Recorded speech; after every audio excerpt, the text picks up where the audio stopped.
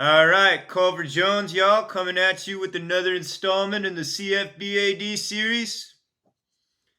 And I needed some time to cool down a little bit before I drop this video.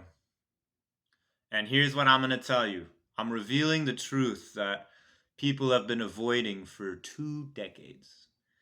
Texas A&M is the most overrated team in the last 2 decades, pushing on 3 in college football. And it's absolutely ridiculous. All right. And this is courtesy of Aggies Wire. I'm bringing in some stats on this actually. 2002, A&M starts the season number 23. They finish 6-6. 2005, Aggies start the season number 17. They finish 5-6. 2007, they start number 25. They finish 7-6.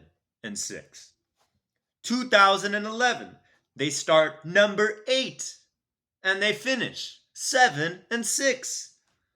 Now 2012, their best year, they were unranked. They were actually unranked. So the 1 year people didn't fucking overrate them and they were actually good. Johnny Football, Heisman year, y'all know the story. Then the following year, they had a lot of hype, naturally. Number 7, 9-4 only. 4-4 in the SEC. And then 2014, they start number 21, 8-5. Let's go all the way to 2019. They start number 12, 8-5. 2020, take this with a grain of salt because it's COVID, but they did do well in that somewhat semblance of a season. And yeah, 9-1, take it or leave it. 2021, they started number 6, 8-4, 4-4 in the SEC. And 2022, they started number 6 again somehow, and they finished 5-7. And now they were still somehow in people's top 25, and they've already lost. They're already 1-1, on track for a 500 year. There you go, Aggies. How about that? You earned the crown of most overrated. All right. I know people throw in Texas, they throw in Notre Dame. You know, it's y'all. A&M, I'm sick of it. I don't want to see A&M in the polls until they put together back-to-back quality-ass seasons. Okay? No respect for that organization in its current state. And I just don't understand why the media was so hype on a team that was 5-7, not even bowl eligible. And then they act like Bobby Petrino is like the next fucking Sean McVay. Like he's gonna fucking inject some shit into that offense and gonna make them quality right off the bat. Why? Why?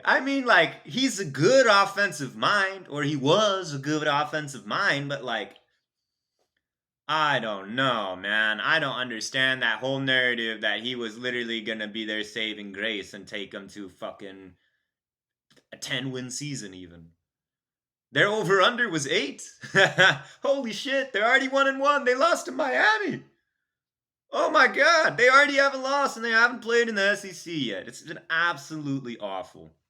And I know the contract is ridiculous. And I know I've already talked about Napier being on the hot seat, but let's be honest, there's really no hotter seat than Jimbo. Just given the expectations, I don't really think it's fair. But he did get a really good recruiting class. It's clear that locker room didn't give a shit last year, you know? It's not a team that was buying in under Jimbo Fisher. And that's a fact. Yeah, maybe they showed up a couple games against Alabama and started having people wondering, having the media starting to want to talk about them. But It's a team with not a lot going. And frankly, that game in Miami was not even close. So, yeah. And he lost to Crystal Ball. Jimbo lost to Crystal Ball. So I don't even know. I don't even know what the fuck to say. And like the thing is I've drank in the Kool-Aid before. I remember when I was a kid seeing Johnny Football being like, damn, they're gonna be really good next year. They could win it all. And then slowly and slowly, even like 3 years ago, I was like, damn, after COVID, man, A&M. No. Like, you are what your record says you are. And they're not good. They really haven't had a good season. So it's absolutely blasphemous to me to pick a team as like your hipster pick that's not building off of any sort of success. They have gone 9-1, 8-4, and then 5-7. So the trend has gone fucking downward. Just like Justin Wilcox at Cal, man. That's honestly how I would compare it. It's going downwards. But I don't know why people think, okay, it's one thing if you're like Clemson, and even then, I mean, they're looking like they're going to continue to go down. But it's one thing if you're like Clemson and you're like 13-0, 12-1, 10-3, and then people think you're going to bounce back. That's one thing, right? 5-7 is completely different. That's a whole different beast. You don't fix 5-7 by adding Bobby Petrino. I am fucking sorry, Like with the Longhorns, they were building off something, and it was obvious that, hey, they had something to work with, and if Sark keeps doing the job and Ewers buys in, maybe they will finally get over the hump and not be clinically overrated, right? So with the Horns, it makes sense. But with A&M, with the Aggies, like, I don't get it. I kept hearing A&M, A&M, A&M. And yeah, they do have a full SEC schedule to get them back. But I'm just going to tell you this right now. I picked them to finish last in the West. And right now, I'm standing by that. The only thing that maybe is a little bit of a head scratcher and there may be competition is Auburn, because Auburn looked like absolute ass against Cal. Cal literally gave them every single physical possible opportunity to win, and they choked. So Auburn didn't win. Cal lost, and Cal is probably much worse than Miami. So Auburn could end up finishing last in the West. Okay, that definitely could happen. But I don't know. I'm still sticking with A&M because they're just gonna find a way to lose. I think 4-8 now, honestly.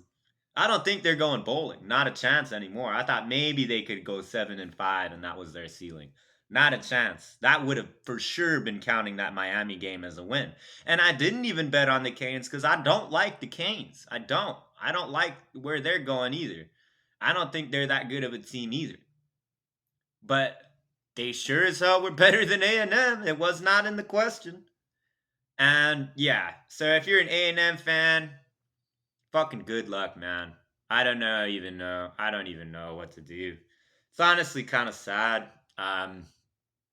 A&M was a team like, hey, I always rooted for to beat Alabama or some shit, right? And it's just sad. I feel bad because like expectations are a bitch. Expectations are truly a bitch. And it's tough when your program is getting these like unwarranted fucking high expectations, preseason ranking. Like, y'all don't deserve that. I'm sorry.